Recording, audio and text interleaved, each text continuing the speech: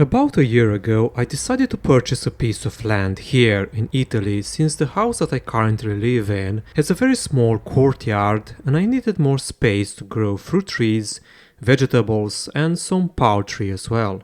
And I found this fairly small piece of land very close to my home, about 2 kilometers or 1.3 miles for the people that aren't familiar with the metric system. And it's not very far from the main road, with a dedicated path for myself and for my neighbor that has his land a bit lower than mine. As you can see, there are many neglected properties around this farming and, in general, land work is not something that the younger generation prefers. Or so I have been told by pretty much all the landowners around me. I won't deny that working the land is hard and with little chance of getting lots of money out of your hard work. But I suspect there is another reason at play. So let's talk a bit about the cost of the land. We're dealing with about 3,000 square meters or 3/4 of an acre, and I did manage to get it for about 25,000 euros or $27,000. This does include the fees and the fees over the fees, a known tradition in Italy. And yes, it is a bit more expensive than what you usually see in other videos. I think that the reason for that is because this piece of land sits between Florence and Pisa, very near those iconic landscapes that you see in movies and holiday ads. I can actually reach them by driving for about 10 to 15 minutes. My conclusion is that it's not about young people being unwilling to work the land, but the price barrier that they need to cross. Of course, I assume there are many other factors at play, but I'm just going to leave it for another video. Okay, so the land wasn't fenced and people could pass through with their dogs, walk around, sunbathe and whatever. So I already took the initiative to put most of the poles into the ground to close the access. And there are two main reasons for that. Two events, to be more precise. The first occurred last summer after I concluded the talks with the previous owner about me buying this piece of land. As you can see, there are lots of olive trees on the left side and some fruit trees on the right. Among them there are 2 apricot trees and 2 or 3 plum trees. A couple of days after talking with the previous owner, which gave me full access to the land to start cleaning it up before the documents would be ready to be signed, all of these trees have been stripped bare, from top to bottom.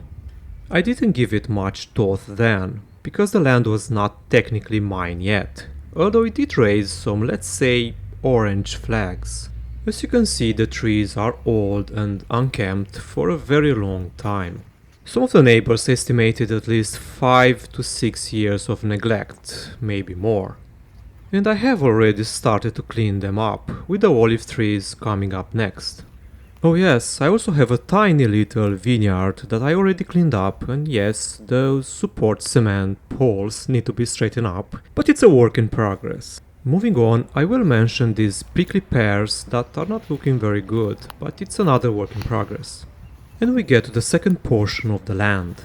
There is a chicken run here which was initially completely covered by wild blackberries, and which we have been cleaning over the last couple of months.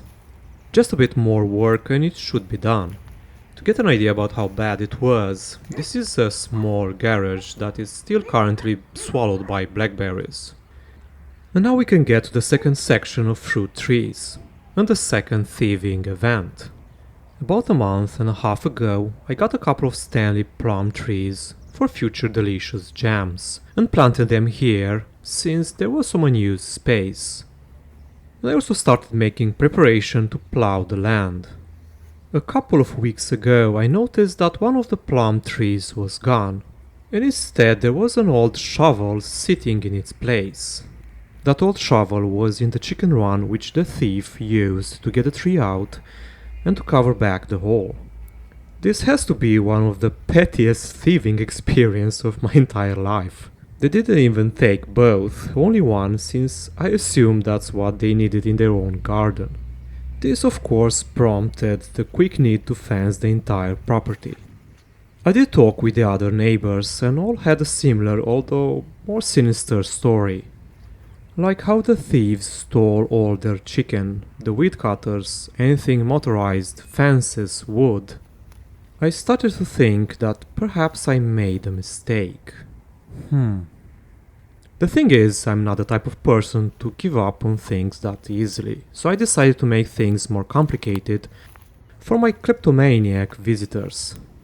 Obviously, the fence will provide a shallow but still an extra layer of protection. And so will the chicken run, which will need to be modified to be more secure. And so will the coop. So let me show you what I have done so far and what are the plans for the future. Here there are two garages. The right one fairly decent looking despite its age, 30 years I think, but the left one was terrible.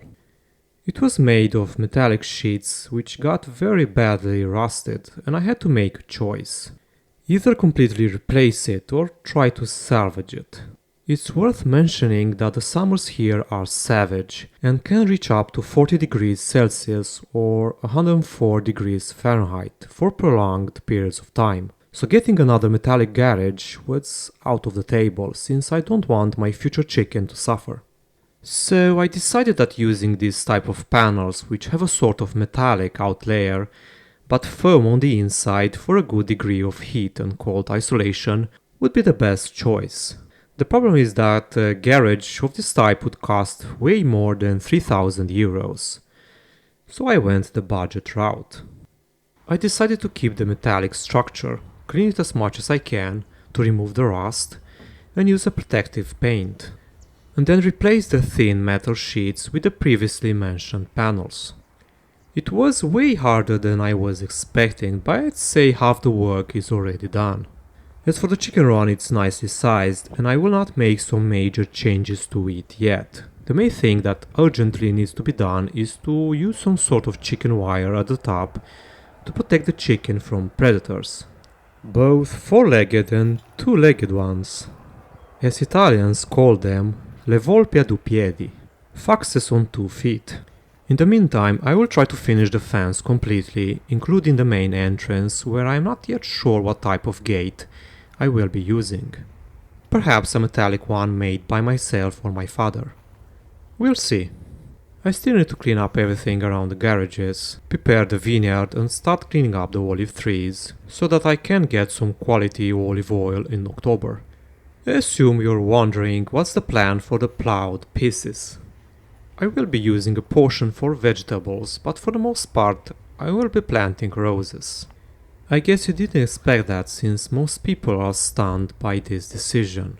But yes, I will start planting about 50 roses over the next 2 weeks and intend to add at least 200 before the beginning of summer.